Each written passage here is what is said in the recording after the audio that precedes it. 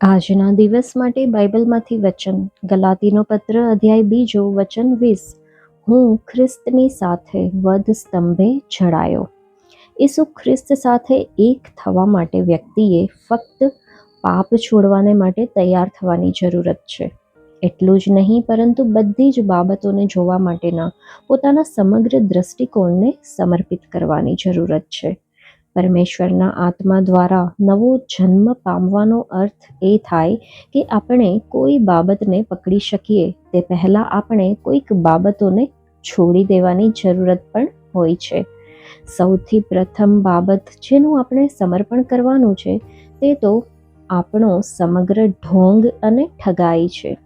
આપણા પ્રભુ આપણી પાસે જે ઈચ્છે છે કે આપણે તેને સમર્પણ કરીએ તે તો આપણી ભલાઈ, પ્રમાણિકતા અથવા સારું કરવા માટેનો આપણો પ્રયત્ન નહીં, પરંતુ આપણું વાસ્તવિક અને દ્રઢ થયેલું પાપ જ સમર્પણ તરીકે તેઓ આપણી પાસેથી લઈ શકે છે.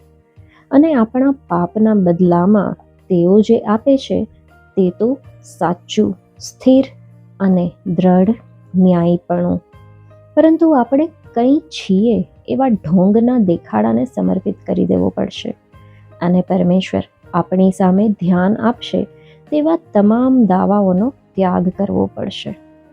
એકવાર જ્યારે આપણે આ પ્રમાણે કરીએ છીએ ત્યારે પરમેશ્વરનો આત્મા આપણને દેખાડશે કે હવે પછી આપણે બીજી કઈ બાબતનું સમર્પણ કરવાનું છે.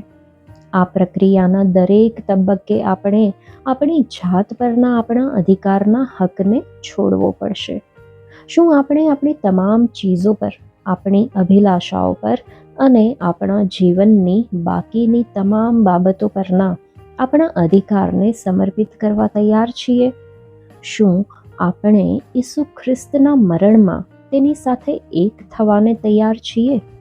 આપણે સંપૂર્ણ રીતે સમર્પણ કરીએ તેની પહેલાં આપણને આપણા ભ્રમ દૂર થવાના દુઃખદાયક અનુભવમાંથી પસાર થવું પડશે.